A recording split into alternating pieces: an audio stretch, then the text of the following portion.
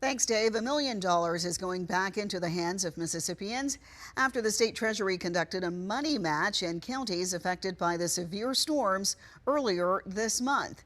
This process returns unclaimed money. That's funds that belong to a citizen but were lost, such as uncashed checks or forgotten stocks, to its rightful owners. This money does not replace disaster relief.